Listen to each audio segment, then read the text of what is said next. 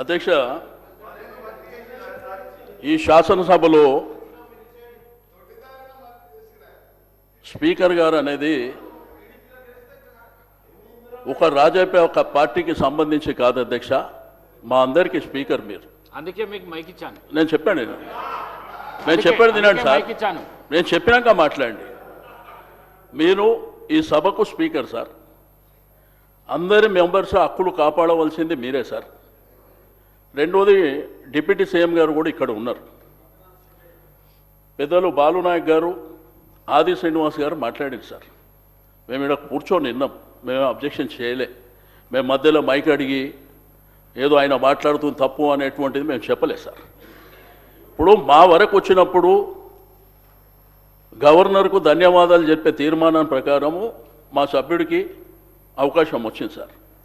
ఇప్పుడు రిప్లై చెప్పేటువంటి అధికారం ముఖ్యమంత్రి గారికి లేకపోతే డిప్యూటీ సీఎం గారికి ఉంది. కాబట్టి మా సభ్యులు చెప్పినటువంటిది మీరు దయచేసి వినాలి.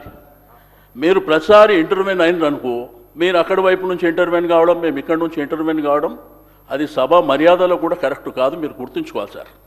నేను దయచేసి స్పీకర్ గారు రిక్వెస్ట్ చేసేది, మీరు మా హక్కులను కాపాడాలి అంతే. మీరు అడిగారు కాబట్టి మేము ఇచ్చినాం, అది కాదు కదా సార్.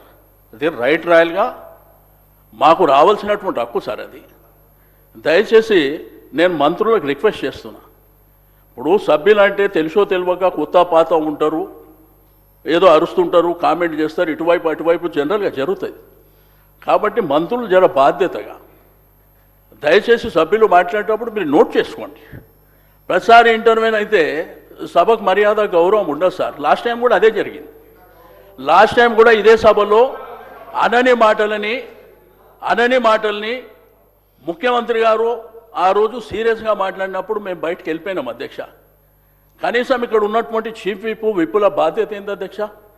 ప్రతిపక్షాల దగ్గరకు వచ్చి మాట్లాడి ఇట్లా కాదు, ఇది స్పీకర్ గారు పంపించారని చెప్పాలి. అది కూడా జరగలే. కాబట్టి నేను దయచేసి మీకు రిక్వెస్ట్ చేసేది, మీరు మా హక్కులను కాపాడాలి. ఇందులో ఉన్నటువంటి ప్రతి సభ్యుడు including chief minister, opposition leader, ప్రతి ఒక్కరు కూడా సభ్యులే అధ్యక్ష ఇక్కడ. కాబట్టి దయచేసి మా సభ్యుడికి అవకాశం వచ్చినప్పుడు ఆయన మాట్లాడిందంతా వినండి, మీరు నోట్ చేసుకోండి. తర్వాత మీరు రేపు ఎట్లయినా రిప్లై ఇవ్వాలి కదా, అప్పుడు ఇవ్వండి. అంతేగాని వాళ్ళు ఇంటర్వ్యూన్ అయ్యి మేము ఇంటర్వ్యూన్ అయ్యి సభ గౌరవానికి కూడా మర్యాద కాదు అధ్యక్ష.